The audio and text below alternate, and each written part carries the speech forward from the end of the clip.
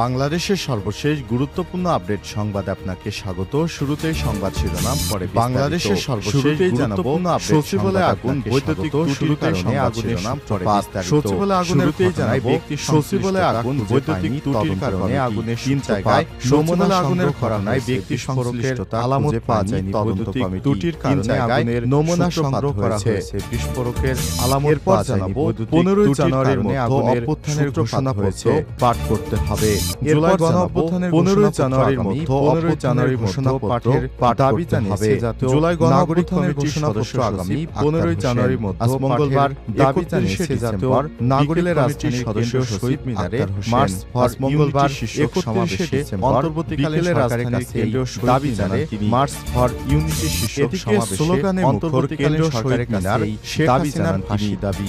March for unity কর্মসূচিকে কেন্দ্র কেন্দ্র শহীদ মিনার স্লোগানে উত্তাল হয়ে উঠেছে রাজধানী। মার্চ ফর ইউনিটি কর্মসূচিকে কেন্দ্র করে মিছিলে স্লোগানে উত্তাল হয়ে উঠেছে রাজধানীর দাবি জানাচ্ছে বৈষম্য বিরোধী ছাত্র আন্দোলন, জুলাই আগস্টে গণহত্যা জনতা জড়িতদের ফাঁসির দাবি জানাবো। বৈষম্য বিরোধী ছাত্র দেশে ফেরাতে শিক্ষার্থী ও জনতা চাইলেন রাষ্ট্রপতি।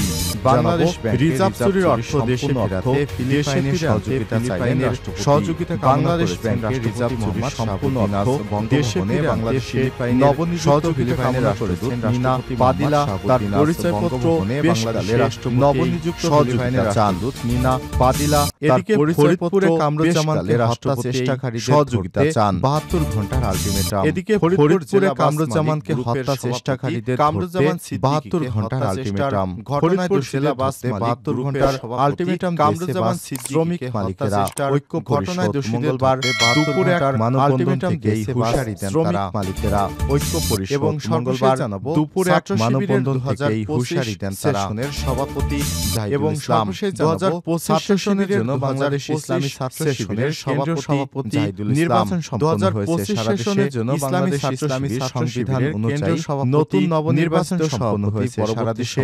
ইসলামী ছাত্র শিবিরের সংবিধান অনুযায়ী যার নতুন নবনির্বাচিত চলমান রয়েছে। পরবর্তী সময়ে এতক্ষণ শুনছিলেন সংবাদ শিরোনাম, এবারে যার কার্যক্রম এখনো চলমান রয়েছে। প্রিয় দর্শক, এতক্ষণ শুনছিলেন সংবাদ শিরোনাম, এবারে নতুন হয়ে থাকলে আমাদের সংবাদ তার আগে বন্ধুরা অনুরোধ থাকবে সংবাদ করে রাখুন লাইক দিন, যাতে করে বন্ধুরা আমাদের পরবর্তী আমাদের সংবাদগুলো সবার আগে আপনার কাছে করে রাখা যায়। কমেন্ট করে আপনার মূল্যবান মতামত জানিয়ে দিন। আপনি সবার আগে আপনার কাছে বাংলাদেশের কমেন্ট করে আপনার মূল্যবান মতামত জানিয়ে দিন এবং জানিয়ে দিন আপনি বিশ্বের কোন দেশ থেকে বা বাংলাদেশের কোন স্থান থেকে আমাদের সচিবালয়ে আগুন, বৈদ্যুতিক ত্রুটির কারণে আগুনের সূত্রপাত। সচিবালয়ে আগুন লাগার ঘটনায় ব্যক্তি সংশ্লিষ্ট বৈদ্যুতিক ত্রুটির কারণে আগুনের সূত্রপাত। মঙ্গলবার সচিবালয়ে আগুন লাগার ঘটনায় অনুসন্ধান থেকে জানা যায় যে 3 জায়গায় নমুনা সংগ্রহ করা মঙ্গলবার এবং 30 বিস্ফোরকের আলামত অনুসন্ধান থেকে জানা যায় 3 জায়গায় আগুনের সংগ্রহ করা হয়েছে এবং গত বিস্ফোরকের আলামত পাওয়া যায়নি। বৈদ্যুতিক ত্রুটির কারণে আগুনের সেগুনবাগিচায় সচিবালয় 7 নম্বর ভবনে অগ্নিকাণ্ডের একটা ঘটনা ঘটে। রাত 1:54 সেগুনবাগিচায় আগুন লাগার খবর নম্বর ভবনে প্রথমে আগুন নিয়ন্ত্রণের ঘটনা ঘটে। রাত 1:54 পরে আগুন লাগার 10টি ইউনিট যুক্ত করা হয়। প্রথমে আগুন নিয়ন্ত্রণের জন্য 4টি ইউনিট কাজ করলেও পরে আরো 10টি ঘটনাস্থলে ফায়ার সার্ভিসের পাশাপাশি সেনাবাহিনী পুলিশের পুরো প্লাটুন বর্ডার গার্ড অফ এই ঘটনাস্থলে ফায়ার সার্ভিসের সদস্য এবং সেনাবাহিনী battalion APBN border guard of Bangladesh BGB সদস্য এবং সহায়তা করেন।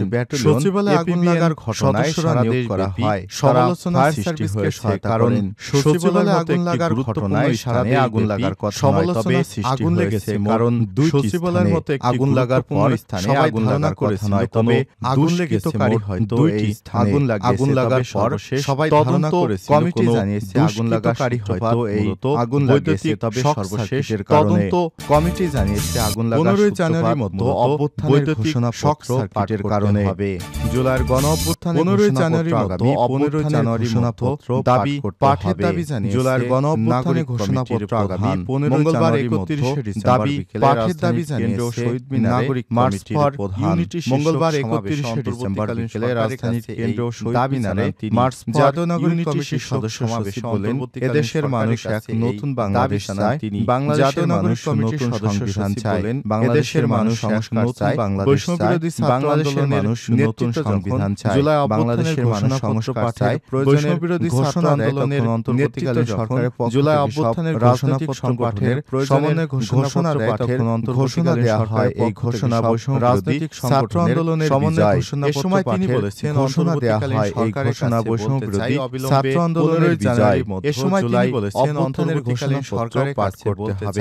আগামী 15 জানুয়ারি নির্বাচনে নির্বাচিত জনপ্রতিনিধিদের মাধ্যমে নতুন সংবিধান হবে। জাতীয় সংসদ হোসেন বলেছেন, আগামী নির্বাচন জনপ্রতিনিধিদের মাধ্যমে নতুন সেই নির্বাচনে নির্বাচিত হোসেন বলেছেন, আগামী নির্বাচন হবে বাংলাদেশের মানুষের অসংখ্য নির্বাচনে নির্বাচনের সংবিধান সংশোধন তাদের সেই বাংলাদেশের মানুষের অসংখ্য চা আছে। আগামী নির্বাচনে যারা জয়ী হবেন তাদের সেই চাগুলো পূরণ করতে হবে।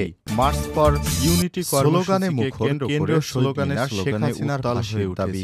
মার্চ ফর ইউনিটি কর্মসূচিকে কেন্দ্র করে স্লোগানে আগস্টে গণহত্যায় জড়িত রাজধানীর দাবি জানাচ্ছিল বৈষম্য বিরোধী জুলাই আগস্টে গণহত্যায় জড়িত মঙ্গলবার 31 ডিসেম্বর শহীদ মিনার এলাকায় সমাবেশকে কেন্দ্র করে সকাল থেকে জনতা মঙ্গলবার 31 ডিসেম্বর শহীদ মিনার এলাকায় সমাবেশকে কেন্দ্র করে সকাল সময় মিছিলে শহীদ মিনারে জড়ো হাসিনাকে বৈষম্য বিরোধী আমার ভাই কবরে নেতা কর্মীরা সময় দিল্লি ঢাকা ঢাকা আবু সিনার ফাঁসি চাই, আমার ভাই কবরে গোলামি না আজাদি দিল্লি না ঢাকা দালালি না রাজপথ শেষ হয়নি যুদ্ধ, গোলামি না আজাদি দালালি না রক্তের দাগ এখনো শুকায়নি। এর স্লোগান দিতে স্বৈরাচারকে পুনর্বাসনের চেষ্টা করেছেন শহীদদের। যখনই আমরা চিরতরে দেশ থেকে ফ্যাসিবাদ স্বৈরাচারকে পুনর্বাসনের চেষ্টা করে যাচ্ছেন, যখনই আমরা বিরোধিতায় থেকে ফ্যাসিবাদ মুক্ত আমাদের প্রয়োজনে তাদেরও সুশীল বেশে কিছু ব্যক্তিও দল বিরোধিতায় মেতে উঠে আমরা আমাদের প্রয়োজনে তাদেরও প্রতিহত করব।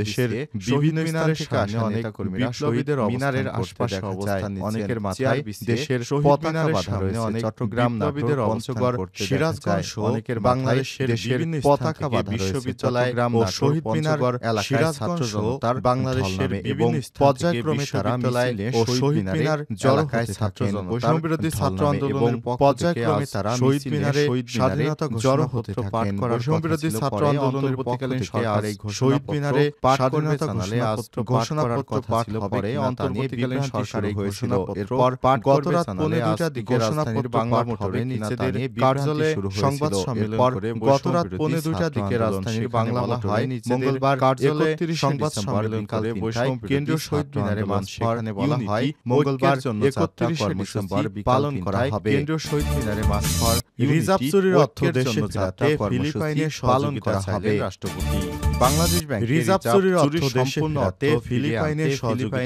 সহযোগিতা কামনা করে বাংলাদেশ ব্যাংকের রিজার্ভ চুরি মঙ্গলবার 31 ডিসেম্বর বঙ্গভবনে সহযোগিতা কামনা করেছেন রাষ্ট্রপতি। ফিলিপাইনের রাষ্ট্রদূত মঙ্গলবার নিনা পাদিলা বঙ্গভবনে বাংলাদেশের নবনিযুক্ত ফিলিপাইনের রাষ্ট্রদূত নিনা পাদিলা কেলেটে তার পরিচয়পত্র সাংবাদিকদের রাষ্ট্রপতি সহযোগিতা চান। 2016 সালে বাংলাদেশ ব্যাংকের চুরি হওয়া সাংবাদিকদের ডলারের মতো 15 মিলিয়ন ডলার 16 সালে বাংলাদেশ ব্যাংকের চুরি হওয়া 81 মিলিয়ন ডলারের মতো 15 মিলিয়ন ডলার ফিলিপাইনের সরকার করা হয়েছে। আর তিনি বাকি টাকা আশা করেন বাকি অর্থগুলো সহযোগিতার জন্য ফিলিপাইনের সরকারকে ফিরে আনতে সহযোগিতা অব্যাহত থাকবে। নতুন রাষ্ট্রদূতকে স্বাগত জানিয়ে রাষ্ট্রপতি বলেন বাংলাদেশের সহযোগিতা ফিলিপাইনের সঙ্গে নতুন রাষ্ট্রদূতকে স্বাগত জানিয়ে রাষ্ট্রপতি বলেন বাংলাদেশের ফিলিপাইনের সঙ্গে বন্ধুত্বপূর্ণ জোরদার করতে যৌথভাবে কাজ করার কথা বলেন তিনি। বাংলাদেশ ফিলিপাইনের সহযোগিতা বাণিজ্য জোরদার করতে যৌথভাবে কাজ করার কথা বলেন উল্লেখ করে রাষ্ট্রপতি বাংলাদেশ থেকে বাণিজ্য বিনিয়োগ হিমায়িত খাদ্য যথেষ্ট সম্ভাবনা রয়েছে উল্লেখ করে সমুদ্রগামী বাংলাদেশ বিভিন্ন আন্তর্জাতিক মানের পণ্য আমদানি করতে ফিলিপাইনের প্রতি সমুদ্রগামী জাহাজ সহ বিভিন্ন আন্তর্জাতিক মানের পণ্য আমদানি করতে ফিলিপাইনের প্রতি আহ্বান জানান।